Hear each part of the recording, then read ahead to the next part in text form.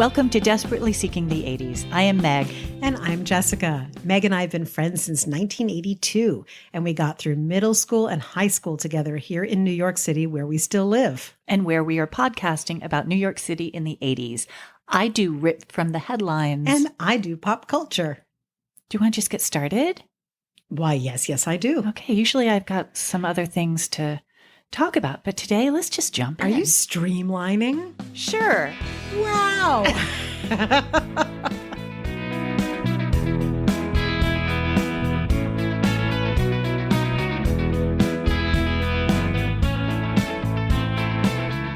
So my engagement question today, Jessica, is a rather personal one. Oh, God. All right. Did you ever have moments of panic or...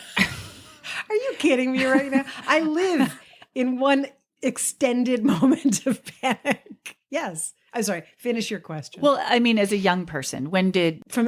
You know what? When I was from a very, very single digit young age, I remember being with my dad in the street, and I was still young enough to be carried across the avenue because I was so little. He had taken me to a puppet show. And apropos of nothing, although maybe the puppet show was something really dark and I don't remember it. Marionettes are creepy. It was, well, yes. I remember sobbing and my father getting really nervous and upset. And he was like, what's wrong? What's wrong? And I wailed at him, someday I'm going to die and there's nothing I can do about it. Jessica. I was like 5. So I had my existential angst moment at 5 and it never stopped. Interesting. For me, it didn't really start happening until after college. Oh, after college, I had such a meltdown that I couldn't get in elevators or go on bridges and had to be heavily medicated for a while. See, there you go. Anxiety is it has been an ever present, I can't say friend, can I? Frenemy. Got it. Well, thank you for sharing that. Is today Mental Health Day or is it Mental Health Week? Is it? I don't know. Well, it relates to the story. Well, for those of you who suffer as I did, seek help as I did. My sources for today: the New York Times, A Mother's Story, a book written by Gloria Vanderbilt. Oh. The New Yorker, Nothing Left Unsaid, which is an HBO documentary, and Anderson Cooper's podcast, All There Is, which I highly recommend. He interviews people who are going through grief or who have gone through grief, and it is really beautiful. Okay. I think I know which story this is. Yeah. All right. I'm going to settle in for sadness. Yes. On the morning of July 22nd, 1988, 23-year-old Carter Cooper came by his mother's place. Gloria Vanderbilt lived in the 14th floor penthouse at 10 Gracie Square, where she had raised 2 of her sons. She wasn't expecting him, but was happy to see him. Carter had graduated from Princeton the previous year and had recently moved back to the city to work at American Heritage magazine. He was living at his father's old apartment at Beekman Place. His father was Wyatt Cooper, who had died of heart failure when Carter was just 13 years old. But the family kept his studio, and it seemed like a perfect place for this recent graduate to stay. It's private and quiet, Beekman Place, and about a half-hour walk from his mother's home. His younger brother, Anderson Cooper, was still in school at Yale. Now, back in April, we're in July right now. Back in April, Anderson had been in the city to row crew for Yale at the annual Dodge Cup against Columbia and Penn. Mm-hmm. He was coxswain. Mm-hmm. And he'd stayed at home for the night. And Carter was staying over with his mom that night, too. And Gloria told Anderson that Carter wasn't feeling well and was resting. So Anderson crept in to check on his older brother, and they spoke softly in the dark. And they didn't really talk about anything important or revealing, but Anderson thought Carter sounded strange, maybe scared. He didn't think too much of it, especially after his mom told him that Carter had agreed to see a therapist. So months later, on the July 4th weekend, Anderson happened to run into Carter on the street in New York, and they decided to have lunch. And at this lunch, Carter seemed relaxed. He said about that night in April, quote, "The last time I saw you, I was like an animal." And Anderson thought it was a good sign that Carter could talk lightly about that rather unsettling evening. During his senior year at Princeton, Carter had dated Pearson Marks, but they'd broken up after their graduation in 1987. Nothing dramatic. They weren't living in the same town at that point. Carter had moved to D.C. right after graduation, so it made sense. But they remained close. And on the evening of July 21st, 1988, Pearson was watching TV with her sister as Michael Dukakis accepted the presidential nomination at the Democratic National Convention. And in his speech, Dukakis talked about jobs. Quote, "And I've worked with the citizens of my state, worked hard to create hundreds of thousands of new jobs. And I mean good jobs, jobs you can raise a family on, jobs you can build a future on, jobs you can count on." To which Pearson's sister added, "Jobs you hate." And Pearson thought Carter would think that was funny, so she called him up. Mm-hmm. And they talked for a bit. And during that phone call, he was emotional. In fact, he was crying. And he asked her to come over that night. But she wasn't feeling cute. She had a huge pimple, quote, "substantial." So even though she loved him, she didn't want him to see her with a huge pimple. And she's what, 22 years old? Yeah. So she said she'd call him tomorrow. And the next day, July 22nd, Carter went to his mom's place. He told her he wanted to move back home. Gloria was amenable. She told him he could take Anderson's room. It was bigger, and Carter's room had a bunch of stuff stored in it. The two of them had lunch together. She made spaghetti, his favorite. He told his mom he hadn't been sleeping well. So after lunch, he lay down on the couch to nap, and Gloria read to him a short story from The New Yorker called White Angel by Michael Cunningham. It was printed in the July 17th New Yorker, and it's about two young brothers living in Ohio who take drugs and dream of flying. I think they're on acid.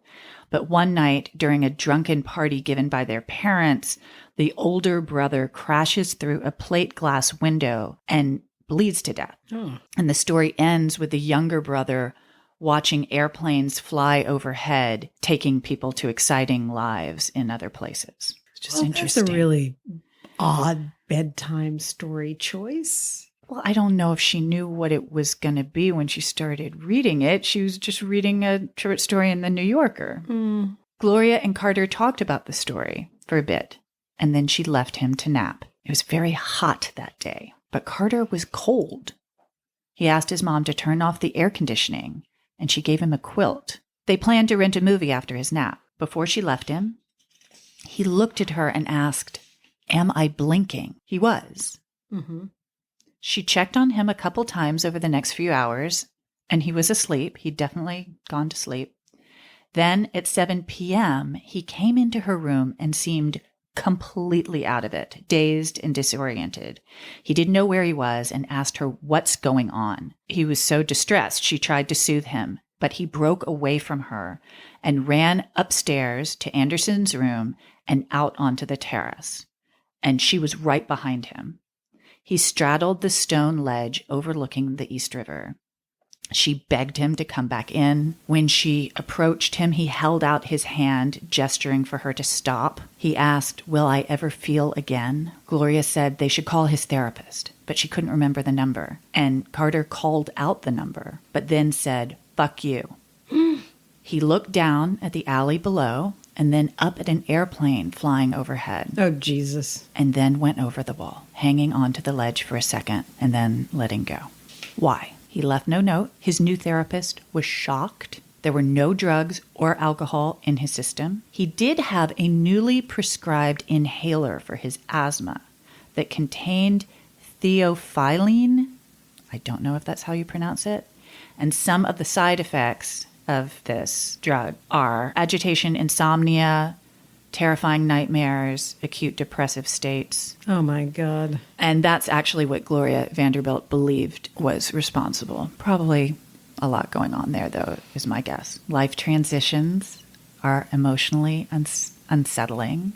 Well, that is when I went totally gaga after graduating from college. That year was when I really had, very acute panic. That was the kind of panic where all you can do is sweat and hold on to whatever is close to you and wait for it to subside. And you do, when that panic comes upon one, you really do feel like this is it for the rest of your life. This is who you are now. I had never heard of something called a panic attack. And when I had one, it was graduation weekend. Oh, God. At Brown. Yeah.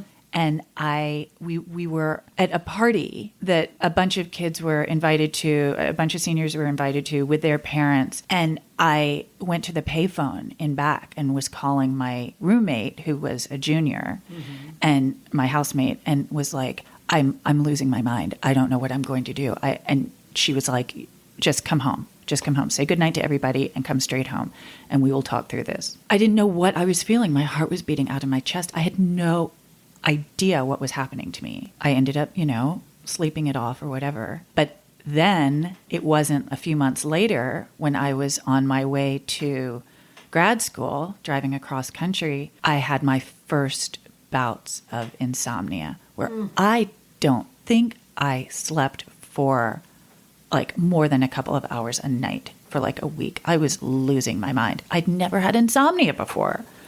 It's bad. It is a thing that I've dealt with chronically my entire life. The thing about panic attacks is people think that it's just like you're very, very nervous, very agitated. No, you actually feel like you're about to die. And there is a weird narrative that goes on in your head that's like, yeah, this is it.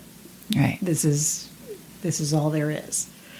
I remember, actually, just to really reveal for those who suffer from this, when I was a freshman at Kenyon, I was already having, I didn't realize it at the time, but looking back on it, I was having anxiety attacks, which are a little different than full-fledged panic attacks, but pretty nasty, multiple times a day. And I was depressed in a really black way.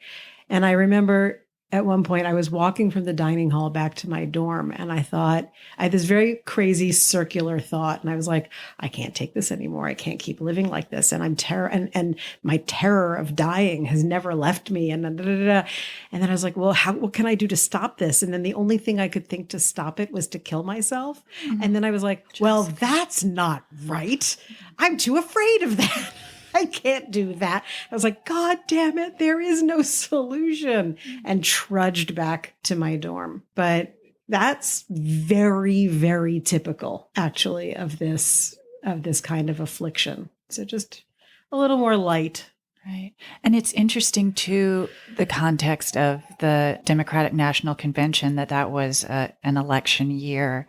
And I don't know if you have visceral memories of that particular campaign and that period of time where we really it was hopeless. Like, you and I were in college during this. We were still in college in 1988. But the idea was, and then after this, you're not going to get hired to do anything because there are just absolutely no jobs out there. Correct. Now, Carter Cooper, of course, is in a different category because he would never, we assume, have to worry about money because of his family. And frankly, Pearson Marks was in the same category because I looked her up.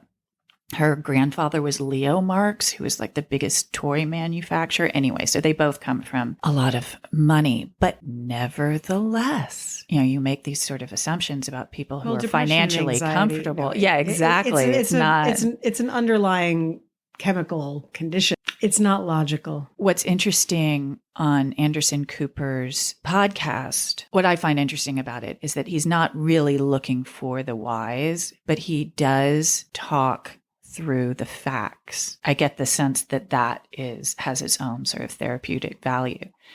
This is what happened, and then this is what happened, and then this is what happened. And he actually talks about how his mother did that for all those years after this happened, where she would just have to tell that story again and again. He's heard that story from his mother 100 times, which is really rather interesting, I think, considering her history Yeah, which people may not know. Do you have that at your fingertips? The Vanderbilts, I think, were shipping money. In any case, she had a very difficult childhood because her mother and her aunt went to court for custody over her, and she was the poor little rich girl, basically.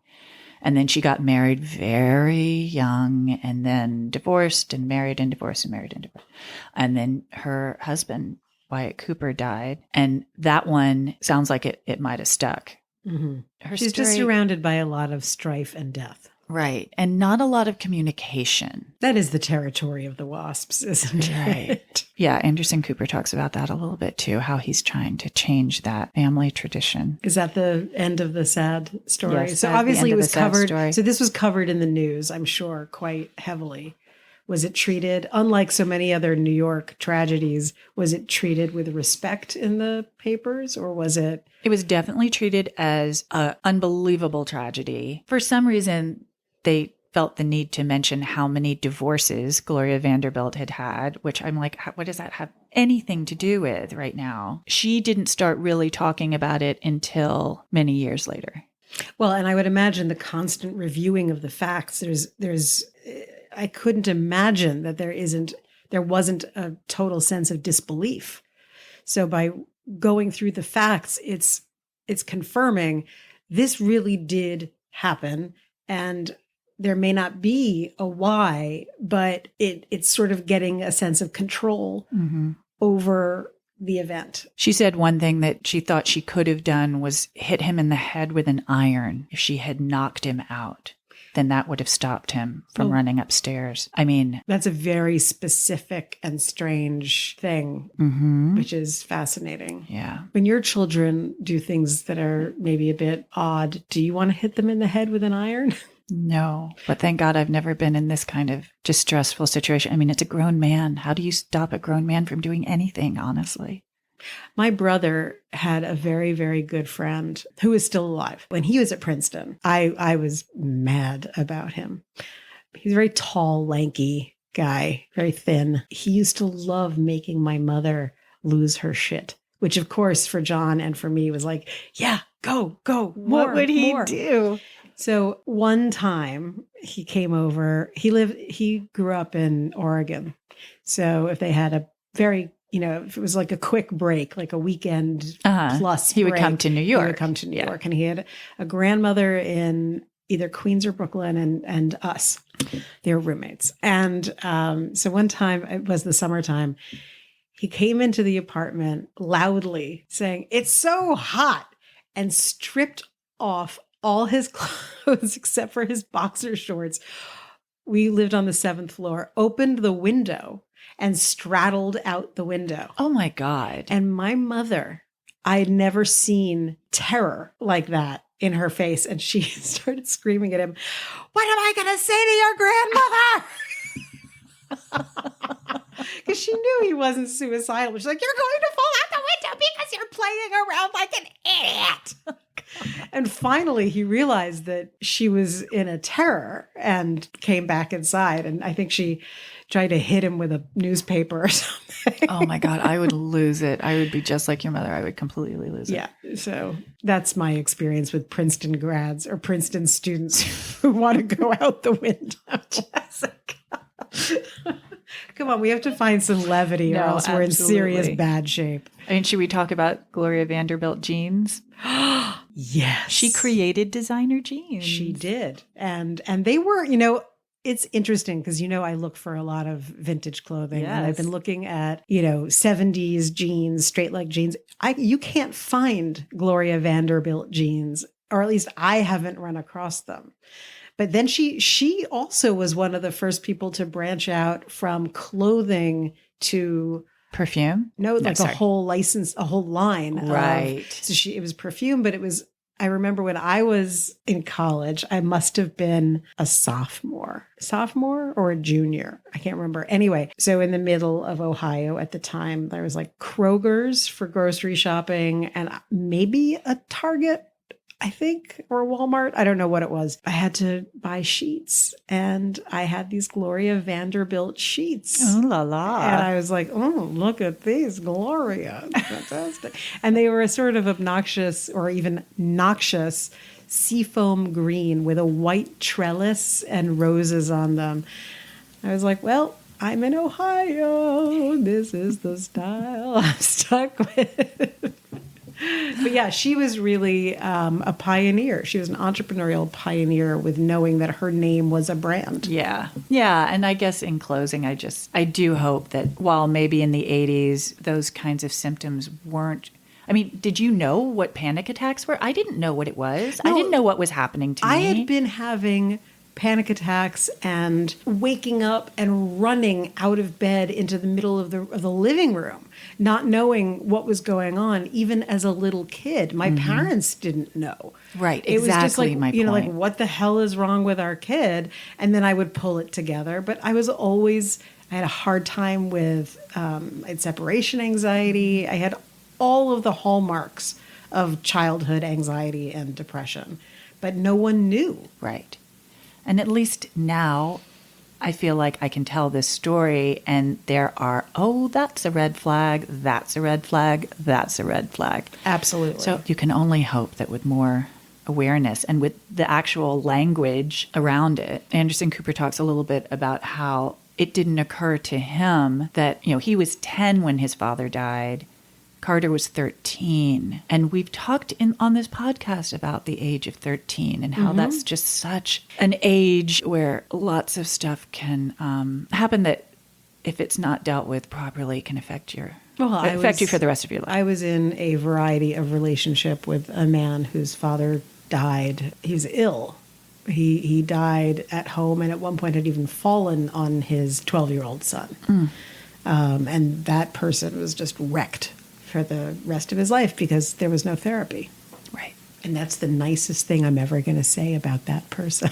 Anyway. Thank you for that. That was very informative. Well, thank you for sad. being open to a sad story and for adding to the conversation about it. Well, you know my motto that if I have lived through something unpleasant, I'm very willing to share because no one should think that they invented or, they're the starting point of something disturbing or sad or whatever. Like we all have these experiences. Yes.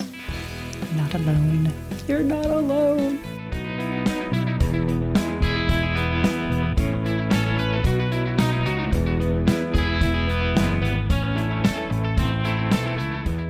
I have an engagement question for you, Meg. Okay, I'm ready. Do you remember the building or the house that you lived in when you were in grad school? Of course. Where was it? I'll talk about the apartment that I lived in La Jolla, which was down the hill near the village. It was actually very un-California to me. It felt like it was old. That's why. It wasn't new construction. It had been built, I'm going to guess, in like the 50s. Ooh, so old. It had one of those things you could slide out, like a wooden countertop that you slide out in the kitchen. It was, yeah, but it was meant to be an ironing board. Oh, I think. yeah. I know what you mean. I don't know. It just felt very 50s. Very cute. Yeah. When I was in law school, my very generous parents set me up in a studio in the most bananas building on 16th Street between 3rd and Stuyvesant Park. So it was conveniently right across the street from Joe Jr.'s. Okay. Best diner ever. But it was a pre-war building. I know that block. Of It's course on the I do. south side. It has a big blue canopy. I can't remember the number. Okay. But it was a very weird building because it was a pre-war building, but it hadn't been updated in any way yet. And it was filled with people who had been there since it was built in like 1890 because it was on the edge of the East Village. So it was just a weird mix. So like we had in the building lobby every day was the most profane and cantankerous old man who was always wasted, named Mr. Smucker. What do you think of when you think of Smucker? Jelly. That's who he was. What? He was of the Smucker Jam Shut dynasty, up. and the family had just parked him in this building. Oh, no. Another one of my neighbors wound up having a lot of success and was Mark Maron. Who's that? Who's Mark Maron? Who's Mark Maron? He's a major comedian, has one of the most successful podcasts available. He's had many shows. He's also an actor. News to me. Oh, good Lord, woman, you have to look him up. Anyway, But he was always like that, the guy who looked like he was in the darkest depression ever. The comedian was. Yeah. And I was always a little afraid of him. But there's also this thing that it just irritated the hell out of me.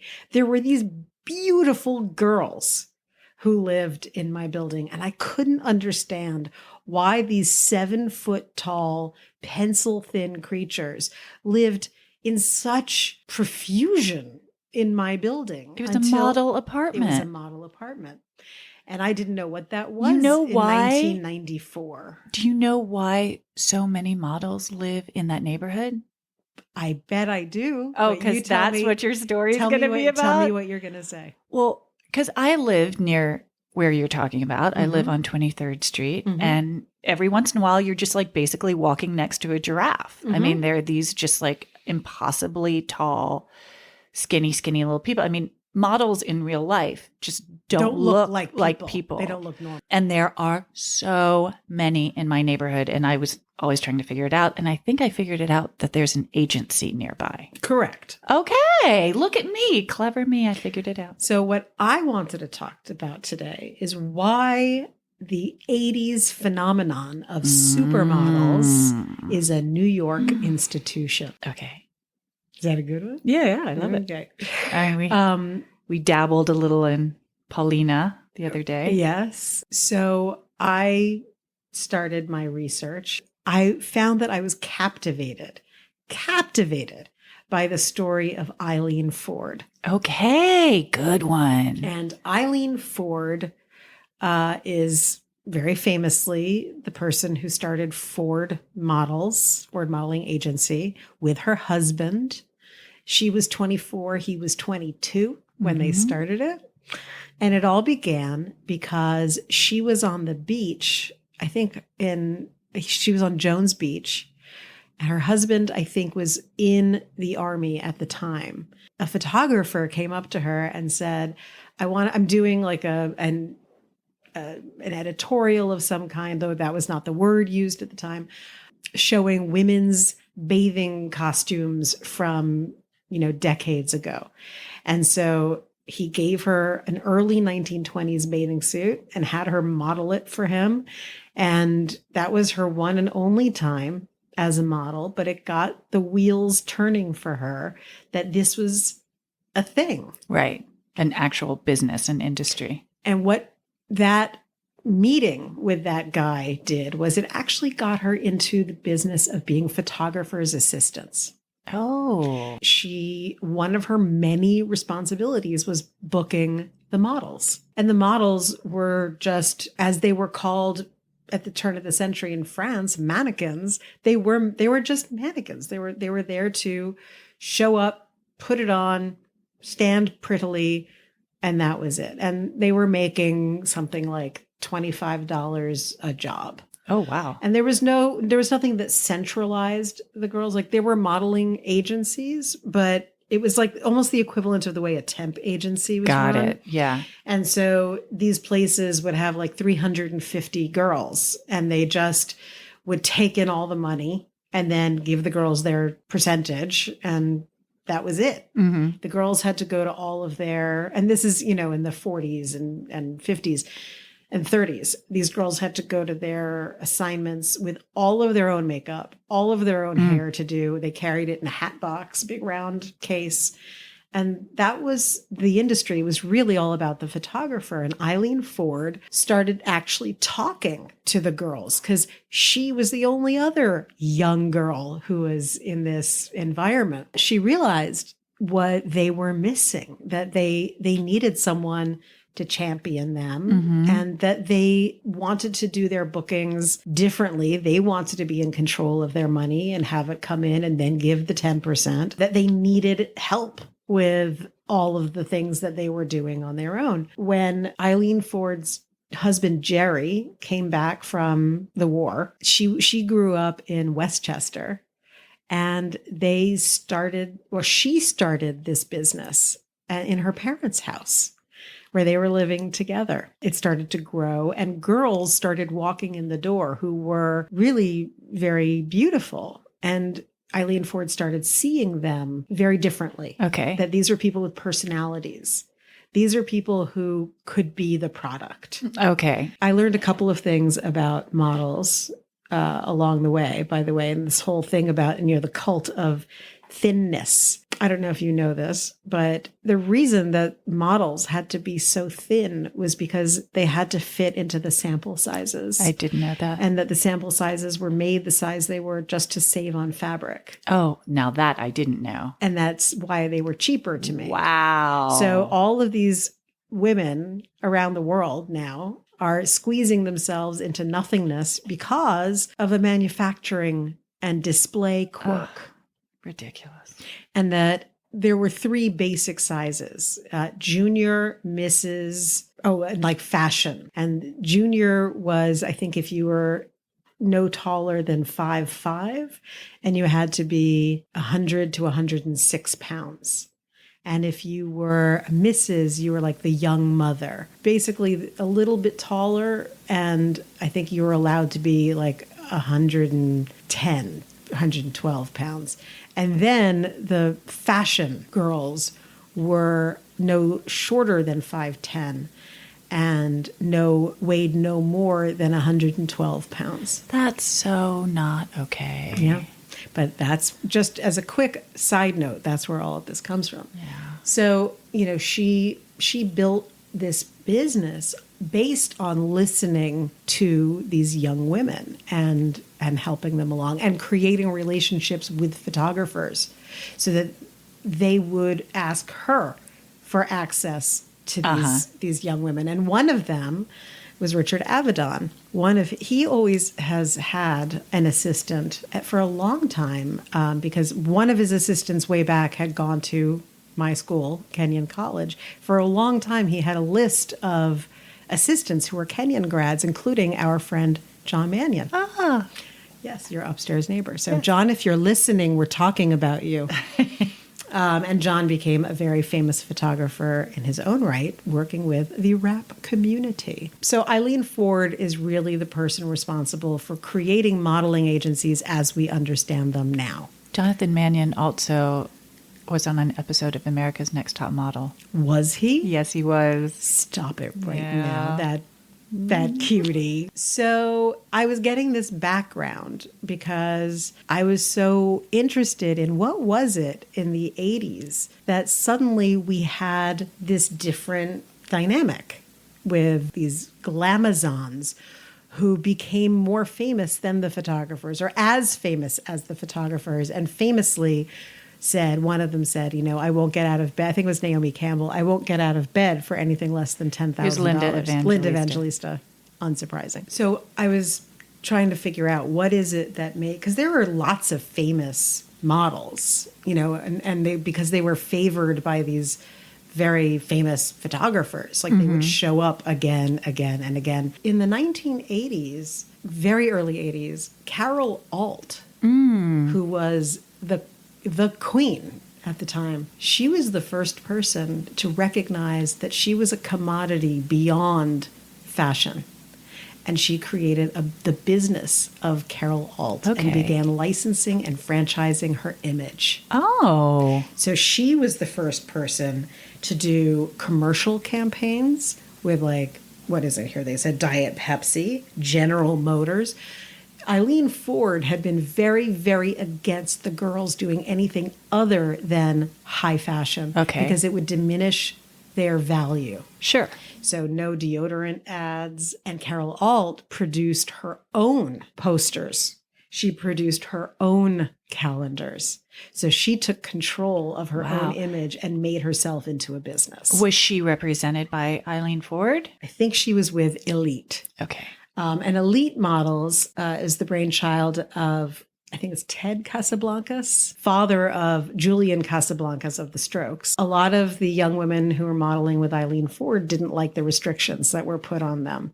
And so there was a migration over to Elite Models. Okay. So following in her footsteps, Kathy Ireland. Ooh, Remember I Kathy remember Ireland? her. She was a Sports Illustrated person. Yes. And so you had more of these sporty, not emaciated looking young women, like Cindy Crawford, known as the Body. Mm-hmm. Oh, no, that was Elle Macpherson. I think she was the Body. And they were all, if you look at those 1980s, like Victoria's Secret catwalks, there are boobs and hips and all of that going on. They're very thin, but they're fleshier and tall as can be. Inez de la Fressange, Jerry Hall, erstwhile wife of Mick Jagger. And Rupert Murdoch. That's right.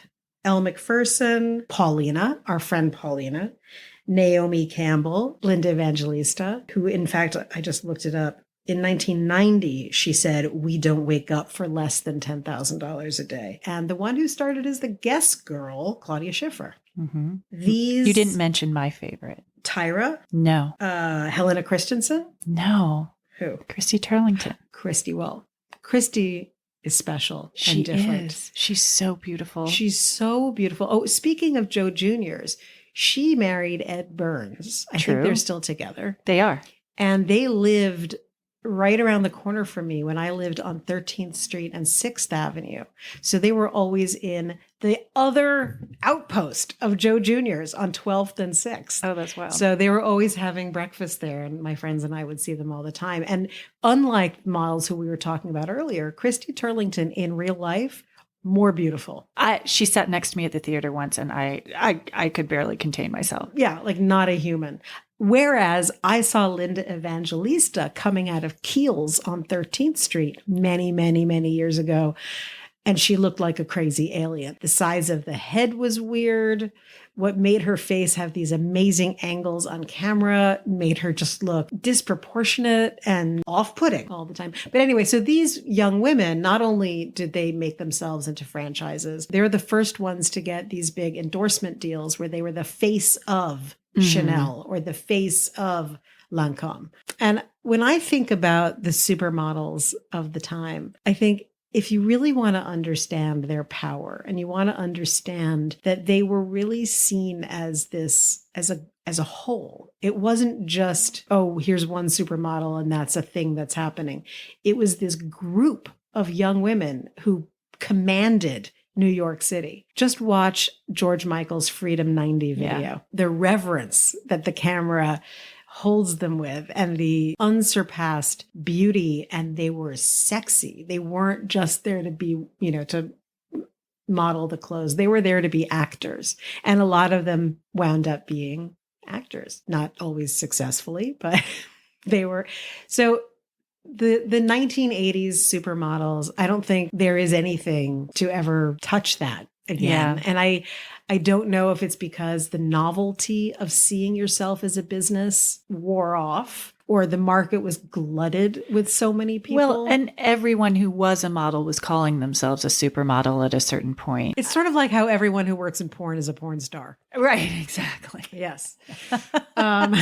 You could just be a porn working person. Actor. Yes. I'm a working actor in porn. You might recognize me from, and looking back on those young women, and those were the years when our sense of beauty and self was being formed. To look back on it now, it's not even saying enough to say it's an impossible ideal. As an adult looking at it, I'm like, that's like saying, this is a very, very beautiful rhino. I think I want to be that. How can I become this gorgeous rhinoceros? It's like, it's the equivalent. And maybe it was MTV being visible in a particular way, and these young women being perfectly poised to get sucked into whatever this new, videos or packaging and branding and, club promotion and what have you. Look at the Freedom 90 video. God. And I think it's kind of fabulous. It's so amazing. It was released in 1990 because that's the end of the 80s. And it was Linda Evangelista, Naomi Campbell, Christy Turlington, and Cindy Crawford. Someone else was in there too. No. Yeah, no, there was. Oh, yes. I do know who you're talking about.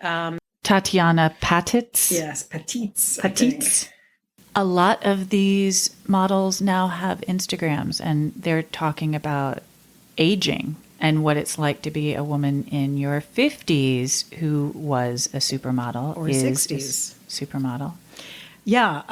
Well, Paulina is very vocal about it. I know that. So there you go. So supermodels of the 80s. Thanks, Eileen Ford, both for creating these opportunities for women, as well as requiring them to never eat. Ever. I feel like every supermodel should have just retired and gotten like a tuna melt. And fries. Back to Joe Junior's. Maybe that's what Christy Turlington was doing, because she was a big yoga person at the time. And you know who else lived right around the corner, speaking of models and fashion, who was also frequently at Joe Junior's? Isaac Mizrahi, designer of the 80s. Yes. And also member of the cast of Fame. Isaac Mizrahi was in Fame? Isaac movie? Mizrahi was in Fame, the movie. No, he wasn't. Fact. What was he?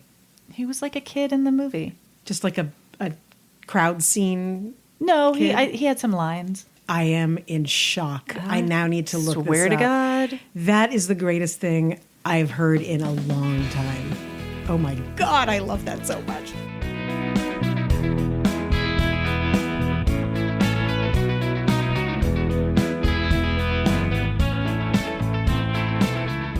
Jessica, you have such an easy tie-in this time, don't you think? Yes, we do. We have supermodels showing off fashion, and we have Gloria Vanderbilt making fashion. There you go. So to quote David Bowie, ooh, fashion.